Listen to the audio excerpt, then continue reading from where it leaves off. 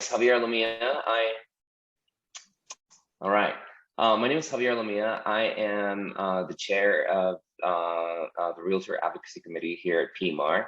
And today we have a special opportunity to hear about the upcoming City of Portland Charter reform changes the residents of Portland will vote in November. Joining us for the discussion are Mora, the Civic Engagement Manager for the Coalition Communities of Color, and City Charter Commissioner, Dr. Melanie Billings-Yun. For our PMAR members joining us for this important discussion, please submit your questions to the Q&A feature, and the PMAR staff will be monitoring these questions as we go along. We're also recording this webinar, so keep that in mind. So welcome, Sol and Melanie. It sounds like a reform of ranked choice voting and multi-member city council districts and reforming Portland's form of government are all coming before the voters. The PMAR members you see before you all sit in our Realtor Advocacy Committee, and some also serve as PMAR PAC trustees. We open this meeting up to all PMAR members, as these important changes do impact how the PMAR realtors interact with the city of Portland.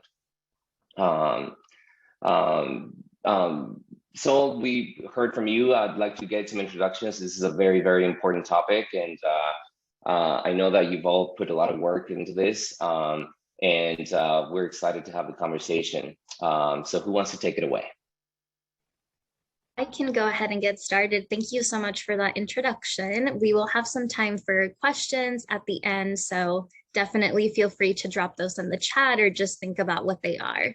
Michelle, if you can go ahead and start sharing your screen, that would be perfect.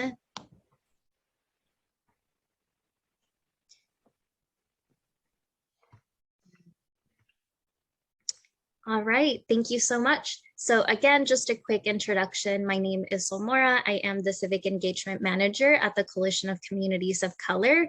My role specifically has been supporting our community engagement and advocacy efforts in the Portland City Charter review process. And we have been working with a collaborative of culturally specific organizations to engage in this process.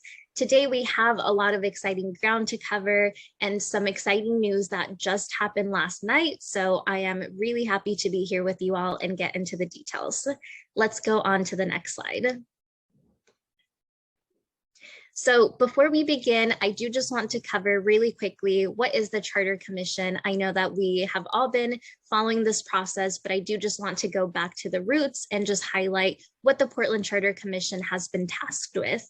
So every 10 years, the Portland City Council selects 20 Portland community members to serve on this group called the Charter Commission. To be selected, community members went through an extensive application process in which the City Council looked for Portlanders with diverse backgrounds, as well as Portlanders that have experience championing community needs. The Charter Commission was formed in December of 2020 and was tasked with reviewing our city charter to recommend changes to how our city works. The Charter Commission did decide to approach their work in 2 phases. So phase 1, which we will be discussing today, has focused on structural change to the city government, including the roles of elected officials and how they are elected. We are going to go over, again, some exciting news about that progress, but I do want to end this slide by saying that phase 2 is going to begin in a couple of weeks. The topics that will be addressed have yet to be determined, but one of them could possibly be bureau consolidation and possibly having an independent elections commission. Those are some of the topics that they have considered so far. All right, so I do want to take some time to highlight the robust and vibrant community engagement and education process that the Charter Commission and community partners, including CCC, have supported. This has been the center of what has helped to shape the proposal that we see before us to reform the city government. The Charter Commission has been engaging with a wide range of Portlanders in a conversation about how they would like to be represented and served by the city government and elected officials. This engagement has involved more than 5,000 Portlanders, including over 22 listening sessions that CCC hosted with our community partners. And these listening sessions focused on highlighting the experiences, opinions, and perspectives of communities of color, houseless communities, and other historically disenfranchised communities. Like I mentioned earlier, CCC's partnership has included 12 culturally specific organizations, many of which are part of our coalition members, and they help to host these listening sessions to capture those perspectives of communities that have been traditionally underrepresented. Additionally, the Charter Commission has engaged in over 100 stakeholder briefings with partners and organizations. They have met with city employees, hosted town halls, and they have also met with elected officials. So it's very clear to see the robust engagement that has been at the center of this process. From August of 2021 to May of 2022, the Commission has heard from the community, analyzed the alternatives on the table in depth, hosted public meetings to refine their proposal, and ultimately they shaped a measure that is supported by community input. So what is the exciting news I keep talking about? Last night, the Commission took their final vote to decide whether they approve their proposal to be referred directly to the November ballot. I'm very happy to say that 17 of the 20 charter commissioners voted yes, and given the Commission's unique authority, the measure will advance directly to Portland voters. So that is very exciting. Melanie, I do want to take a brief pause here just to see if you have any words that you would like to share. I know it's a very proud moment for you, and so I do just want to give you the floor. I just want to say one thing briefly. You know, you mentioned, Sol, that we are a very diverse group. We're diverse in terms of racial diversity, background diversity, age, whatever. And I think we all came in with different ideas.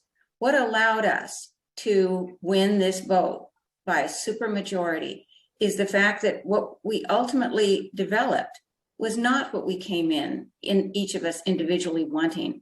It came from listening to Portlanders. I personally have had meetings with thousands at this point of Portlanders, and I know it's true of my other commissioners. What we created, the reason we could reach that supermajority is because it came from the people, not from our own prejudices that we walked in with. Thank you so much, Melanie. It's been so wonderful to see how community has been connected to the process and to ultimately look at what has come out of it. If we can get the presentation back up, thank you so much, Michelle. All right, so now let's go on to what this measure actually does. So if approved by Portland voters, the measure will amend the city charter to establish a mayor-council government in which an expanded city council of 12 members will focus on setting policy and approving budgets, while a mayor will carry out the laws and a professional city administrator will manage city services, including city bureaus. It will also create 4 geographic districts within the city in which 3 council members will represent each of those districts. And lastly, it will allow voters to rank candidates in their order of preference for all elected offices, including the offices of city council, mayor, and auditor. And this is just a brief overview of what will be amended on the city charter, but we will go in depth into what all of that means. So let's go on to the next slide. So I know you are all very deeply familiar with the city government, how it currently works, but I always think it's helpful to preface the structural change by first talking about what is the current system. So Portland has a commission form of government, and we are the only large city in the United structure. There are 5 elected officials in the commission government, the mayor and the 4 city commissioners.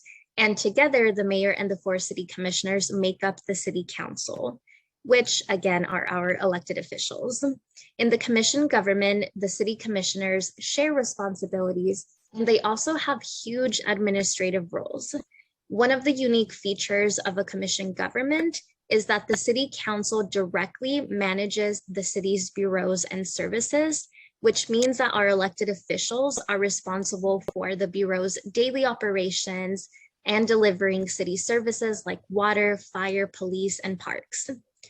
On top of this, they are also responsible for passing laws and deciding how our public dollars are spent. So one of the most crucial problems with the commission government structure is that leaders are strained and weighed down by managing the city's day-to-day operations. Next slide. So let's talk about some more of the problems that we heard throughout the engagement that we did with Portlanders and the communities that we have engaged. One of the key problems that Portlanders highlighted is that currently they don't know where to go or how to get help from the city when they have an issue. This is something that was commonly raised because our city commissioners directly run bureaus. It can be confusing for community members to know who to reach out to know who is managing which city bureau, and city councilors frankly don't have enough time to interact with communities because they are so focused on that administrative role. This leads to a lack of understanding of what the community needs, and because those city councilors are focused on individual bureaus and the bureau leadership can change often, this has created a lack of vision and difficulty addressing long-term issues. Another problem that many Portlanders feel is that they're constantly being bounced from one bureau, from one person to another, without anyone taking accountability to solve their issues or to help them. So we know our system can look different and respond to Portlanders' need a lot more effectively, and these are just some of the reasons that change is needed. All right, so now let's talk about what is included in the proposal, the mayor-council government. So one of the key changes between the commission government that we have and the proposed mayor-council government is that the city council will no longer manage the bureaus or services directly. Instead, the city council will be the primary lawmaking body and focus on passing policy and approving budgets. This will free up our city council to have more time to meet with community, to listen to community needs, and to work together to solve the city's challenges. In this mayor-council government, the mayor will serve as the executive role of the city. So that means that they will help to carry out laws and supervise the city administrator. The mayor will also have a tiebreaker vote and step in when any council ties occur, which will ensure that there is a process in place to avoid council gridlock and move policy and budgets forward. Lastly, a non-elected professional city administrator, which will be nominated by the mayor and approved by the city council, will fulfill the city's administrative role, like managing the city bureaus and delivering services to Portlanders. The city administrator will work with bureau heads to coordinate the delivery of services, identify areas of improvement, and lastly, strategize a long-term plan to better the efficiency of our system. So let's go more in depth into what the benefits of a mayor-council structure are. So the first benefit is that there will be professional management of city services and more efficient delivery of those services. One of the key problems, again, that we heard are that Portlanders don't feel that our services are responding to their needs adequately or efficiently, and having someone that has that professional expertise that knows how to manage a city will be very helpful to ensure that residents do feel satisfied with that delivery of services. Having consistent leadership of a city administrator to plan long-term will ensure that we can better how those services are delivered and truly look at what needs to be improved. Right now, bureau heads and the structure of who is managing those individual bureaus, that can change very often. Every time that a new mayor is elected, they can decide who manages which bureau. And so it leads to a lot of inconsistency. And so having the city administrator that can fill that role and keep that consistency will be very helpful. City council will have more capacity to meet with community and to solve issues. Right now, they simply just don't have enough time to be able to focus on building those community relationships because they have to manage all of those daily operations. This will lead to an increased understanding of community needs, and combined with the district representation, which we will talk about, there will be a better understanding of what different parts of the city need. The mayor will also be accountable to voters and represent Portlanders citywide. So they will hold that position of being, the person that communities and voters can look towards when government action needs to take place. Lastly, the roles and functions of the city government are clear. As you can see in the structure, it's clear to see who manages the administrative role, who fulfills the legislative role, and who manages the executive role as well. That's all very clear for Portlanders. All right, so now let's talk about the elections. So when we think about how our voting system works, there are three main components that affect the structure: the electoral formula, constituency, and ballot style. There are other details like the timing of elections, but I do want us to take a moment to look at the big picture. So let's go over these three things. The election formula is how the winners are determined in the election. So this includes how the ballots are counted and how many votes candidates need to win. There are two main families of voting systems, which we will get into on the next slide. And they are the winner-take-all system and a proportional system. In a winner-take-all system, which is what we currently have, candidates need 50% plus one of the vote to win, or a candidate can win with the biggest amount of votes. In a proportional system, the election formula is a little bit different, and candidates need less than 50% of the vote to get elected. For Portland's districts in the proposal, candidates would need 25% plus one to get elected. So let's move on to constituency. The word constituency refers to the people in an area that an elected leader represents. So a leader can represent the entire city at large, or they can represent a geographic district, which is a specific area of the city. Right now, all of our elected officials run for office at large and represent voters as a whole. The ballot style is what affects voters' experience the most because it's directly what their ballot looks like when they are filling out who they want to represent them, when they're making those choices. It's one of the most crucial pieces to the voter experience. There are different types of ballot styles, but today we will be focusing on what we use right now, which is called a pick one ballot. This means that voters can only mark one candidate on their ballot for every seat to city council, and a ranked ballot, which is the proposal, which will allow voters to rank their candidates in order of preference. So that's just a quick snapshot of how elections work. So likewise, let's talk about what the problems that Portlanders have raised have been. So one of the very first problems that came across throughout our listening sessions is that there is no form of district or geographic representation. Having elected officials that represent certain parts of the city can make it easier for communities to reach out to that elected official, to engage with their office, and for that official to better understand what issues that area is facing. And this was something that we heard not only from folks that live in East Portland, but other parts of the city as well. Our current system has not historically represented minority voters like renters or communities of color. And because the candidate with the most votes wins instantly, minority voters have had to be strategic about whom they're voting for, or simply may not see anyone running that shares their interests. So there are definitely barriers that candidates currently experience. One of those is a financial barrier, since candidates do need to campaign to the entire city, and that can be very expensive.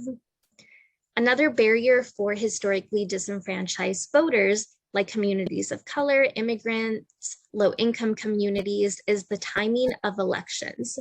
So those voters tend to have low turnout in the May primary, and tend to vote in greater numbers in the general election. And one of the biggest reasons is simply that the presidential election, which is more visible, happens in November. If a candidate wins in the primary election, that means that a big part of the population didn't get to help contribute to that outcome. And so this has been identified as one of the problems. All right, so I did mention that there are two main families of voting systems. So I do want to start with going a little bit more in depth into what a winner-take-all system is.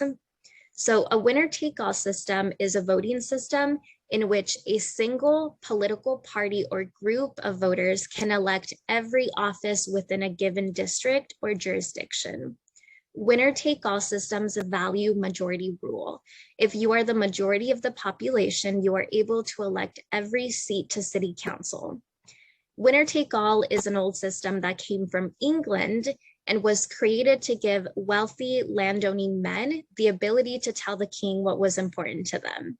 The US adopted the system with all of its flaws, including that it denied women, Black people, Indigenous people, and anyone not considered white the right to vote. So I think it's important to contextualize the history of where this system came from, because the US has been trying to make this unfair system fair ever since. So what happens to the communities that vote for the losing candidates? The thing about winner take all is that the loser gets none.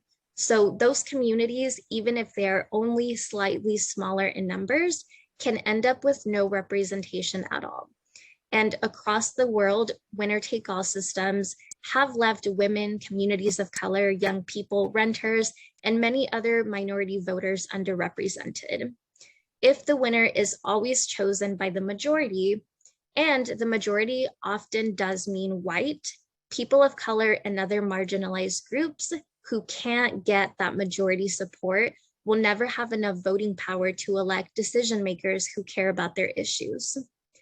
It's also important to note that in a winner-take-all system that uses plurality voting, which means that candidates can win even if they don't reach 50% plus one, is that because the candidate with the biggest amount of votes wins, this means that there can be an instance where less than half of the population is contributing to that outcome. So one thing that I commonly hear right now is that it's important that over 50% of the population is electing our candidates, but that is not always the case. In the current system, it's already happening that candidates may not even reach that 50% threshold.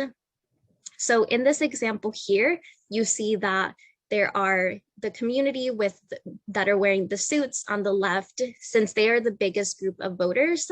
Under this winner-take-all system, it is possible for them to elect 100% of the seats and leave everyone else with no representation. It's the way that the system was designed. If you make up the biggest population or are the majority, you can have 100% of that voting power. So let's talk about what a proportional voting system is. A proportional voting system is a system in which more than one political party or group of voters can elect offices in proportion to their share of the voters. So this means that if a constituency group makes up N% of the voters in a region, then N% of representatives should get elected by that group. So let's say that renters make up 33% of the population in a district. Under proportional systems, they should get 1/3 of the representation and elect one of the 3 representatives. Proportional systems are rooted in the belief that everyone should have the right to fair representation. So this means that voters in the majority are able to elect candidates with broad support, and voters from minority groups are also able to attain fair representation. Proportional systems strive to reflect the population on our elected bodies as close as possible. So in this scenario, let's say that a proportional system was used instead of a winner-take-all system. Instead of candidates needing a majority of the vote to win, multiple winners were elected using a lower threshold. The top 10 candidates got a place at the podium, and as you can see, the results are a lot more reflective of the voters. So there are still more suits at the podium, but you also see that there are people wearing white shirts, orange, yellow, and that more accurately represents the electorate. So globally, proportional systems are the most common type of voting system. Roughly half, 90 out of 195 countries use it. 64 countries in the world use a winner-take-all system. And in the United States, the winner-take-all system is currently the most common, and that has a lot to do with our historical ties to England. However, proportional systems are slowly gaining traction in the US. So let's talk about ranked choice voting and how it works. Ranked choice voting is a voting method that allows voters the option to rank candidates in their order of preference. So that means voters can mark as few candidates as they would like or as many as they are allowed. So when we talk about ranked choice voting as a concept, what we're talking about is the ballot style and the method that voters use to mark their ballot. So these are called ranked ballots or ranked choice ballots. In this example here, you can see that as a voter, you're able to mark your first choice, second choice, and so on. There are two types of ranked choice voting. You can use ranked choice voting to elect one winner, or you can use it to elect multiple winners. So when we're talking about filling the seat for mayor or auditor, we would be using instant runoff voting since we're only electing one winner. When we talk about filling the seats for city council, which will elect 3 representatives per district, we're talking about multi-winner ranked choice voting since there are multiple winners. And this specific type is called single transferable vote. You don't have to remember all of that, but it's just important to note that ranked choice voting as a ballot, it will look the same to voters. The way that the ballots are counted will be slightly different, but ultimately the voter experience is still the same. So where is ranked choice voting used in the United States? 43 jurisdictions used ranked choice voting in their most recent elections as of 2021. And as of June 2022, 55 jurisdictions are projected to use ranked choice voting in their next election. So instant runoff voting, which we use to elect the mayor and auditor, has been used in New York City to elect their mayor and city council since 2021. A more local example is that Benton County in Oregon used instant runoff voting to elect county commissioners citywide since 2020. And the other type of ranked choice voting, which is used to elect multiple winners, that has been used in the United States in Cambridge, Massachusetts, to elect their city council since 1941. I always really like to emphasize this example because they have been using it for decades, and studies that have focused on this specific voting system in Cambridge have shown that racial and ethnic minorities have been better represented using this system.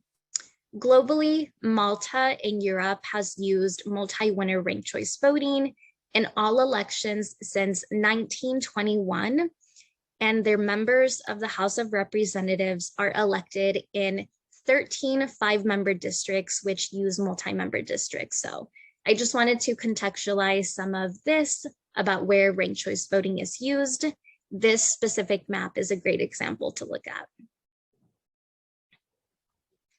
So what are the benefits of ranked choice voting? One of the key benefits is that voters have an expanded range of voter choice. So voter choice means how voters are able to mark candidates on their ballot. Do they have options to decide more than one candidate reflects their values? Do they have more voting power to make those choices? And ranked choice voting does increase that voter choice. It also encourages voters to express their preferences because they are allowed to mark multiple options and don't only have to choose one and be strategic about who that vote goes to. It also promotes civil campaigning that is focused on issues, because candidates are, able to be marked on the ballots, and voters are able to say, candidate A and candidate B have a similar platform, I'm going to mark them both on my ballot.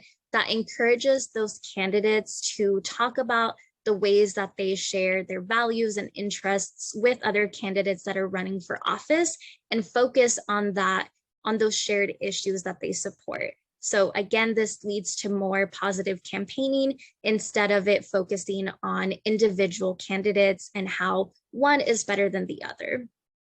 City Council is also more representative and reflective of minority voters. This includes renters, low income, race, ethnicity, all of those different identities that voters can hold. It is proven that ranked choice voting has created more reflective bodies across the United States.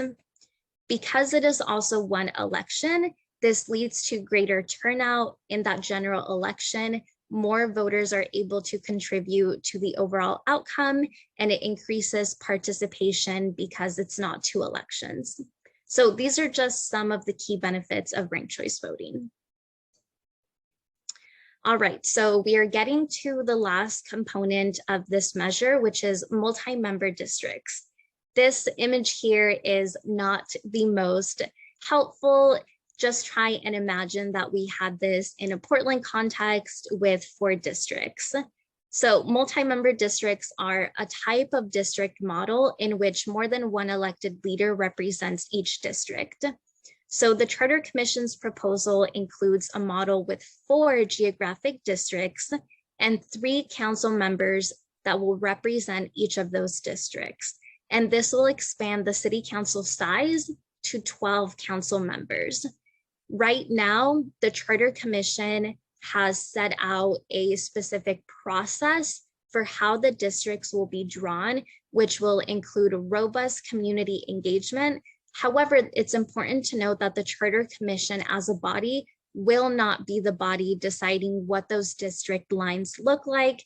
We do tend to get a lot of questions about that, but they have laid out a process for what that will look like eventually that will be conducted by an independent redistricting body or commission.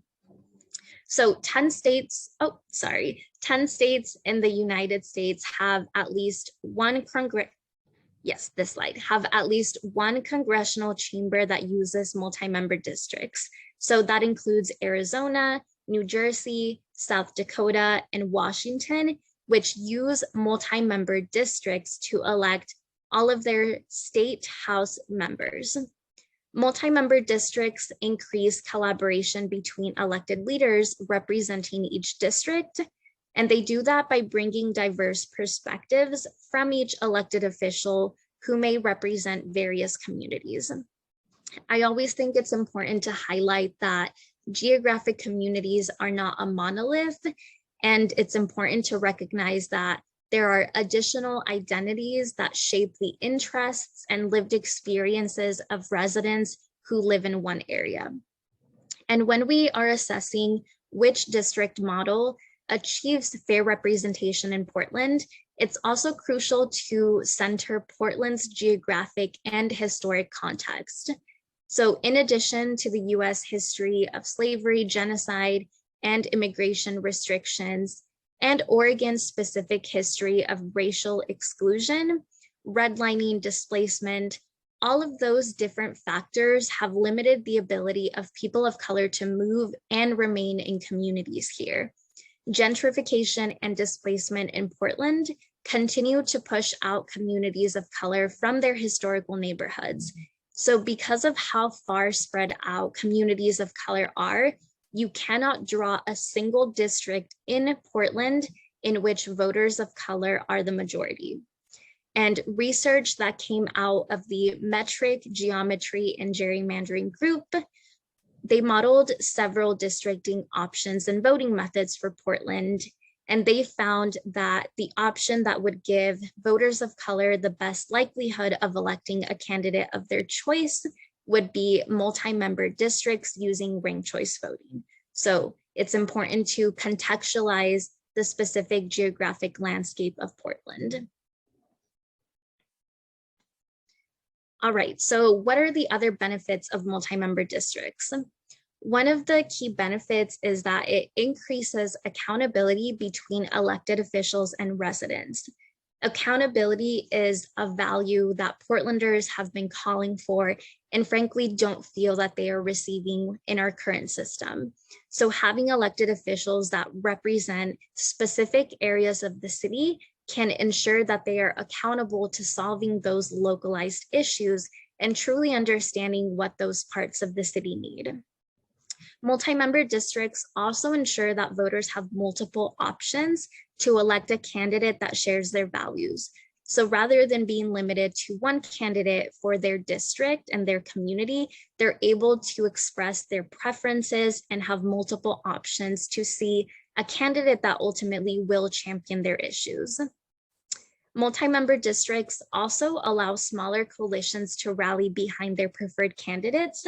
And that's because the district is smaller than a citywide campaign. And because with our voting system, candidates will need 25% plus one of the vote to get elected. That means that coalitions are able to garner that support and make sure that they elect at least one of the candidates that does share their values. Multi-member districts also create multiple pathways for residents to make their concerns heard, rather than only having one representative that they can connect with and reach out to. There are multiple elected officials that are working together to solve those localized issues. All right, so the last slide that I do want to cover very briefly here is some public opinion research that Building Power for Communities of Color, our C4, commissioned with FM3. And I do believe that Michelle shared copies of the slide deck in advance of this meeting. So I won't be spending too much time talking about what came out of that public opinion research, but I do want to mention some of the highlights. So this survey was conducted from late February to early March and surveyed 620 likely Portland voters about their opinion on the change to city government and how it's working right now. So some of the conclusions were that Portland voters have a great appetite to reform the structure of the city government. Not only did Portlanders feel that it's our leadership, our city leadership, that is at flaw, but it is the structure of the city government. So people emphasize that the commission structure, the specific way that our system works, is not working well for their community. They were also very pessimistic broadly about the direction of the city and are very dissatisfied with the current form of government. Portlanders' guiding principles to reform are transparency, accountability, efficiency and effectiveness, responsiveness, and representing area of the city. So you will notice that these values that Portlanders stated are important to them have been the guiding values that the Charter Commission has been using to guide their process and to ultimately shape a measure that does meet these different outcomes. Another conclusion was that although voters are broadly dissatisfied with the current status quo, they do not have strong distinctions between a mayor council or council manager form of government. So this survey was conducted when the Charter Commission was considering a council manager form of government as well as the mayor council form of government. And so we saw that the percentage of who preferred which, there wasn't a lot of difference there. Portlanders just wanted something different and didn't have a strong opinion about which of those alternatives it would be. Ranked choice voting was also very broadly appealing and did not reduce support for either a mayor council or council manager form of government. That has been one thing that we have heard. You know, there is some concern that ranked choice voting or the election reform is going to weigh down the form of government reform, but that is actually not the case In fact, ranked choice voting actually increased the support for reforming the form of government. And lastly, majorities also supported multi-member districts and a larger city council. So I just wanted to highlight this specifically because I think, one, it's important to contextualize that the Charter Commission's measure has been supported by that, very in-depth community engagement. And also we have conducted this public opinion research that shows that a measure like this is something that Portlanders are calling for, and it is something that they would support. So combining all of those different factors, I think we're in a very strong position to say that this measure is something that will transform the way that our systems work, and it's change that our communities want to see. So I will go ahead and end the presentation there. Before we do dive into questions, I do want to ask if Melanie has anything to add. Please feel free to do so. I know that you have had a huge role in shaping the proposals and have been, doing this work day to day. So actually, I'd just like to hear what the folks on the line would want to know more about.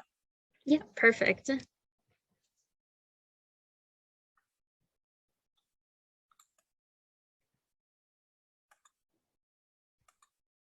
Oh my gosh, so that was a wonderful presentation. I completely agree with you. I think most people, I would say, most people that I talk to don't even know what our current structure is. So I think that's the biggest hurdle that we have. Just the lack of understanding of how it works. I'll throw it out to the group. Does anybody have any specific questions? Actually, Javier, can I just respond to what you said, and then we can move to John, because there's kind of a hidden question in there. Because you said Portlanders don't understand how the government works, and you're absolutely right. But what they do understand is what's not working. They understand that they're not represented. They understand that when there's a big problem like a bunch of trash in front of their home, they don't know who's going to pick it up. They understand that that their city is not working for them. So I think what we're building on is not expecting everyone to be an expert in how this government runs. What we've really focused on is what they need to make it run. Yeah, agreed. John, did you have a question? Yeah, actually, first of all, thank you for doing this work. This is just so important and so fundamental. So thank you for your dedication and for putting it in a framework that people can understand. But to that point and to that question you guys were just talking about, what do you need to achieve from a communications standpoint with the constituency to get this thing across the goal line? That is a wonderful question, and it's definitely something that CCC is currently considering and planning how we are going to engage in voter education. I think one of the most important pieces when we're thinking about what is the landscape, what is the framework that we need to approach everyday voters with, it's making sure that we are relating to people, one, on a personal scale, and focusing on values, focusing on the material changes that they are going to experience from these changes. I think to Melanie's point, to Javier's point, many Portlanders don't understand the intricacies of how our systems work. They don't understand that we have a commission government. They don't understand all of the specific jobs that our elected officials are tasked with. They don't understand all the complexities about how the voting system works. And so I think it's really important to get down onto that level where you understand and recognize that the voter mood is low. There is dissatisfaction with how our systems work, and then focus on how these systems will have tangible impacts on the livelihood of Portlanders. So that means how city services are delivered, the access that people will have to their elected officials.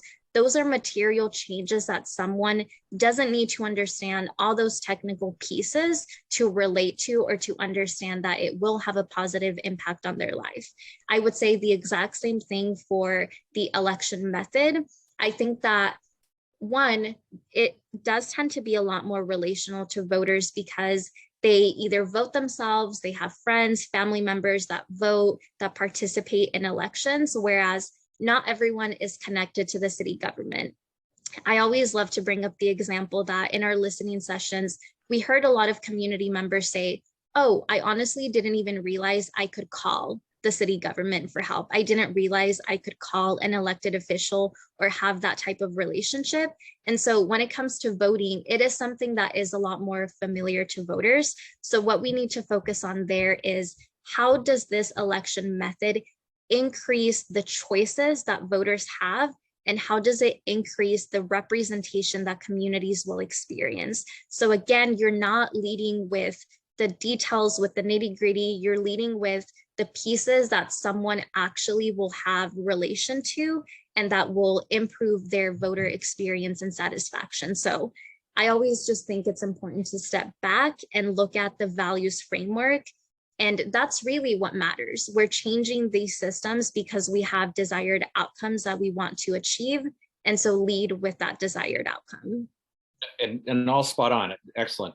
But let's say if, I meet the average friend of mine in Portland, whether they're West Hills or, out on 181st, and I say, hey, are you aware of the charter reform? Are you thinking about it? And geez, I'm, hoping you'll vote for it. What will I be able to point them at as an information resource?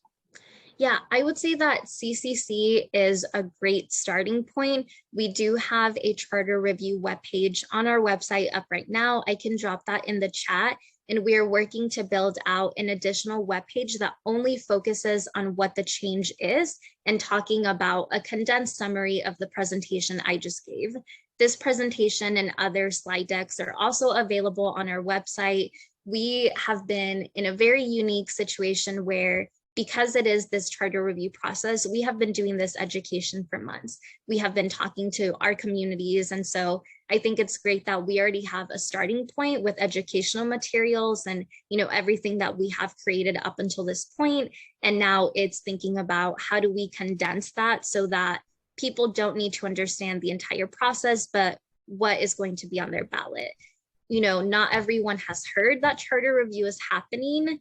As much engagement as we have done, it's just not possible that we have reached every Portlander. And so I do think it's also important to focus on what is the opportunity that voters have at the ballot and not cover the entire process that has gotten us here, because not everyone has been involved in that. So really focusing on that positive, hey, this is what will change for you if you vote on this, leading with, those three different pieces of geographic representation being increased, having more access to elected officials, having more choices on your ballot, and having a more efficient system of government. I think those are the 3 points that if I was talking to someone, I would say, hey, this is what can change for us if you support this measure. I would just like to add, John, I and other commissioners, we talk to dozens of organizations. I personally, literally at this point, have spoken to thousands of people. And if any of you have other organizations, whether it's a neighborhood association or just a group that gets together, let me know. I'm happy to come out. I'm happy to answer questions and explain things. And I agree completely with everything that Sol has said, with one thing that I would add. And she says, Portlanders don't know that they can call an official and get a result. Well, actually, what they know is that they can't call an official and get a result at this point. And so what we are trying to do is create a system that fills those, at this point, tremendous gaps in the connection between our voters, the people of Portland, and the government that is supposed to be working for them.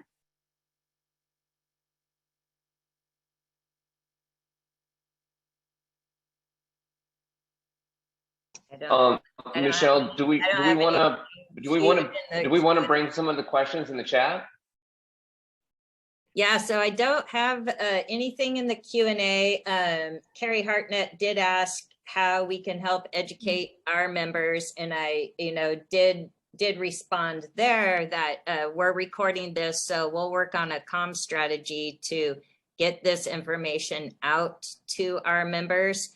But I really appreciate your offer too, Melanie, that if people have groups that they work with, or maybe your own office staff in your brokerages, if you want to work with me to help coordinate that, I'm happy to. And whatever social groups you have as well, the more we can talk about it. And I'm so glad that the commission passed all of those three forward last night, so we have a full package to bring forward. I do have a new question from Kathy McNaughton. Have you identified any potential significant pushback for a change in our current commission and mayor system? If yes, who do you think that those folks are? Well, I can start and then Sol can follow. The answer is no. We've, at least everything that we have spoken to, every group that we have spoken to, whether it be unions, coalition of communities of color, business groups, neighborhood associations, we're hearing tremendous support. Now, I can't be a Pollyanna. Of course, there's going to be opposition. I think among the current city commissioners, they're not really thrilled at going from 4 to 12. That's natural. And last night, there were 3 people who voted against us because they felt, 2 of them were someone who were very late additions and they felt that the process was rushed. I understand that, probably for them it was. But we've not seen anything organized. Does that mean I'm not thinking that there might be? Of course, there's always, there's always groups, but we've not seen it yet. What we have seen, and this is greatly in thanks to the work that Sol and her group have done, we've seen some strong organization. And I know from the groups that I've spoken to, a lot of them have asked me if there's going to be a PAC that they can support. So there's, as I said, there's just a lot of interest in supporting this. Yeah, I don't think I have much to add on to that. Melanie, I think you are spot on.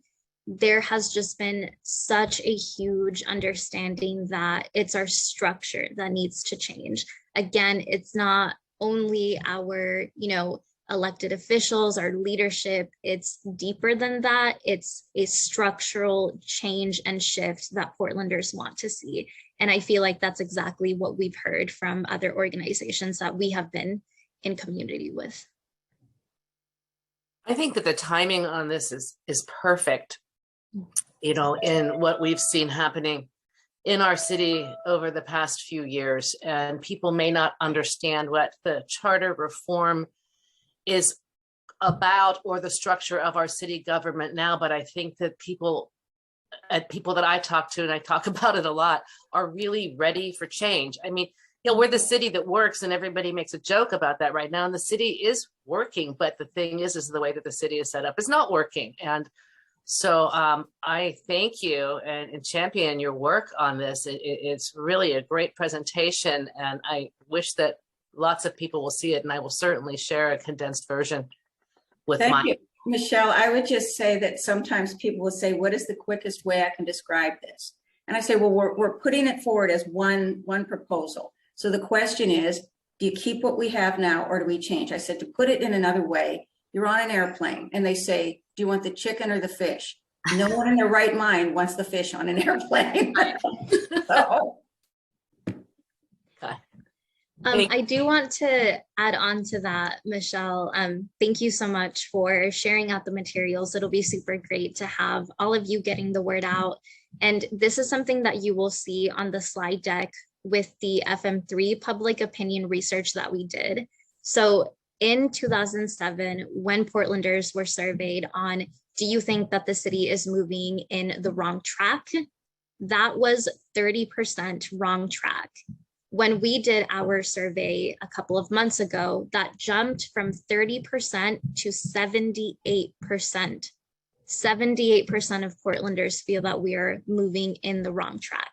I think you're absolutely right in setting that landscape, because it's true that Portlanders are so discontent and dissatisfied, which gives us the opportunity to present something new that will improve the conditions that they experience. And I think it's also important to not frame this as, oh, everything will be fixed. We know that there is no 100% perfect system. We know that there will always be little details that need to be fleshed out as time goes on. But it's really the question, do we keep what we have, or do we move on to something that will improve those conditions?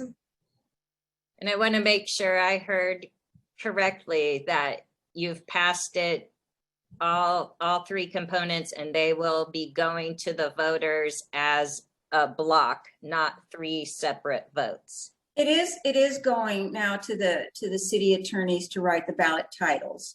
Right. What we have heard back so far is that yes, it can go forward as a single block. And the reason for that, I think, as Sol pointed out so perfectly in her presentation, is that you can't, it all is interrelated.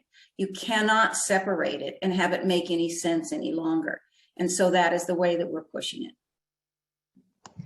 Yeah, I also like to think about it as, if you want to achieve all those desired values and outcomes that we outlined, having, increased efficiency, having increased effectiveness, responsiveness, representation, all of those things, then it makes sense to have one measure that collectively is achieving those outcomes. I think if you pull the pieces apart, they achieve some of the outcomes, but they don't hit on every single one of those. So I think it's important that it's framed as a measure that works collectively to achieve all those desired outcomes.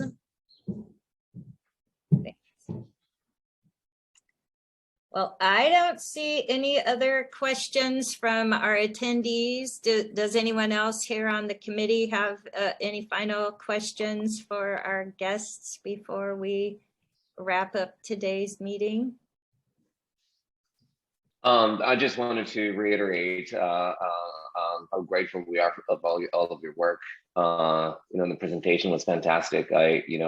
And Sol, if I know that you're doing outreach to communities of color. I serve 50% of my clients are Latinx, so just let us know how we can help, because these are the questions that we're as realtors we get asked all the time. What is the city doing? I get people that are moving out of Portland because of the 78% that don't agree with the direction we're going. So I'm excited about this. I'm also excited about being able to educate the community. But yeah, thank you for all your work. Yeah, thank you so much. I do just quickly want to share that we absolutely have materials in Spanish, slide decks in Spanish that cover these topics. So I would be happy to connect with you after this meeting. Great, thank you Sol. Well, we're 2 minutes short of 11, so if nobody else has any other questions, thank you, Melanie, thank you, Sol, and thank you to all the PMAR members. This has been a wonderful discussion, and I look forward to connecting with you in the future. Thank you all. Thank you, guys. Have a great day.